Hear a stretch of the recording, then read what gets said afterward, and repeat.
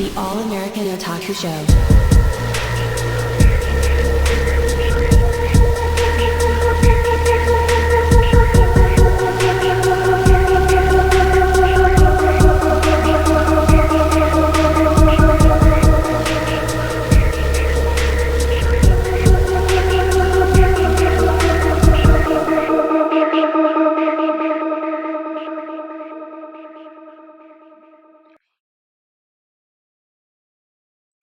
Hello, everybody. Welcome to the All-American Otaku Show. This episode is about psychopaths. This episode is perfect for the holiday that is coming up here in the United States of Halloween. This October 31st, there will be ghouls and ghosts, kids dressed up in costumes, scary movies, scary specials, and all sorts of horror hijinks funds. And why I chose psychopaths for this subject this month is because psychopaths have really no feelings. They kill indiscriminately. They do various crimes without actually worrying about the consequences of those crimes. Also, psychopaths are things that are in anime but also in real. We've here in the US we had several psychopaths. Same with Britain with their Jack the Ripper. Psychopaths in anime includes characters like Alucard from Hell Helsing. He's a vampire who's working for the Helsing organization to kill other vampires. He taunts his prey without feeling one way or another. He kills vampires, and people like that are working for the vampires without actually giving it a second thought or even giving it a idea, is this right or this is wrong. Hellsing is also a great anime because there's the butler who was the exact same way as Alucard, but in a different way. He kind of taunts his praise. This anime is fairly good, and there's two versions of it. There is the original Hellsing that kind of differs off to the story where Alucard is still very much the psychopath character in both. And then there's the second one called Helsing Ultimate, which takes things from the original and becomes more like the manga. They added like Nazi vampires, and there's another psychopath who's running the Nazi army in that, who wants to go the war for the sake of war's sake. Helsing is a very volatile and very in-depth anime that deals the ideas of psychological vampire and how sometimes one bad can make it really good. This is a very strong and violent anime, but also has very strong meaning. Another anime that has psychopaths is Zodiac War, where a group of people, all given the names of various different zodiac animals, and they're putting against each other like in a battle royale. Well, the winner will get a wish given by the person who's in charge of the zodiac thing. Eventually, it goes into people who enjoy killing and the people who take the place pleasure in destroying others. This anime is good, but it follows the weird trope is they give the backstory of a character just so they could kill off the character, and so forth and so forth.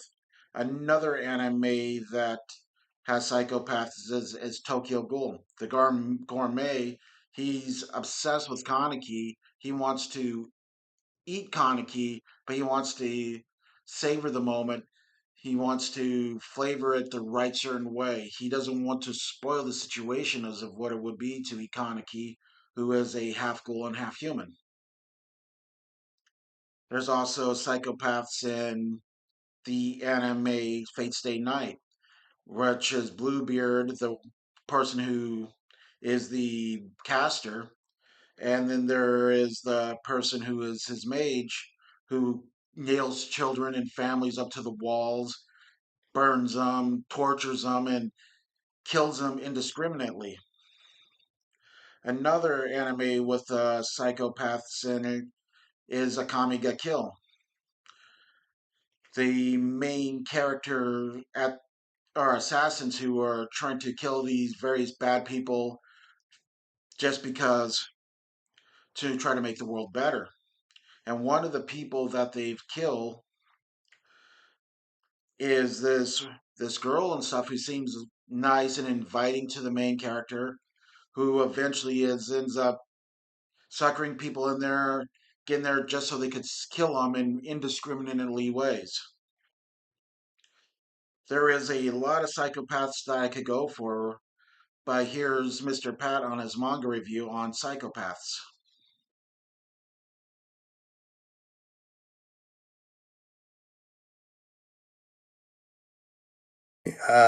We're doing Psychopaths, which, in celebration of Halloween, it kind of fits the trope of things. The one I chose was called Miraniki, which is, again, excuse my butchering for Japanese, and the English name is called Future Diaries. The the female protagonist is what came from our previous episode of Dre's, Yandere, as it were, and Yunogasai.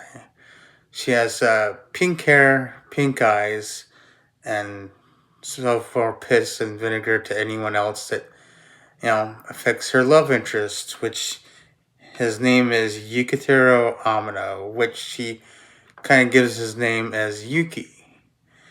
It is the story itself is basically Last Man Standing, and the diaries themselves are means of tools for this Last Man Standing.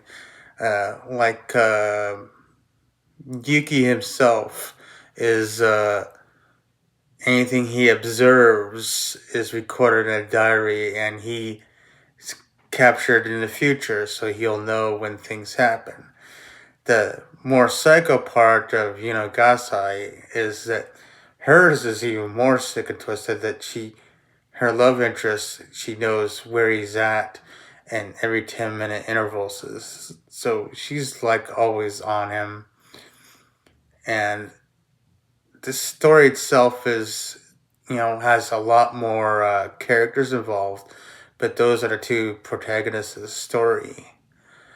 I recommend this one because it has a huge amount of drama, and again, she's the classic yandere, which, it's a pretty cool story. I give this about 5 out of 5. This is one of my favorite manga.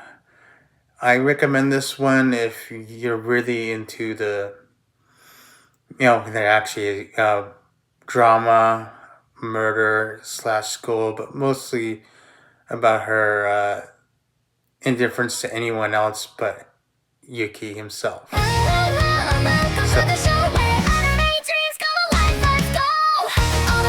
Otaku Show, diving deep into the anime tide. From the screen to the page, we're turning every stage. All-American Otaku, where worlds collide.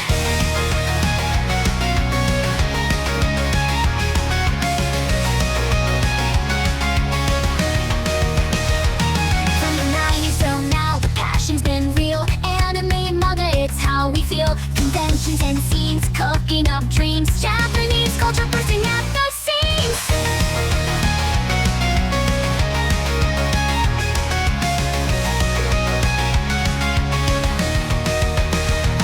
From the 90s till now, the passion's been real. Anime and manga, it's how we feel. Conventions and scenes, cooking up dreams. Japanese culture bursting at the seams.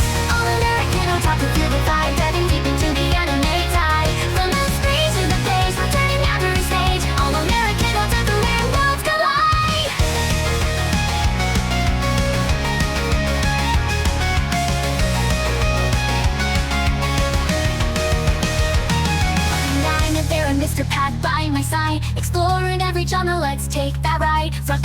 drama, it's all here. Community strong, let's make it clear.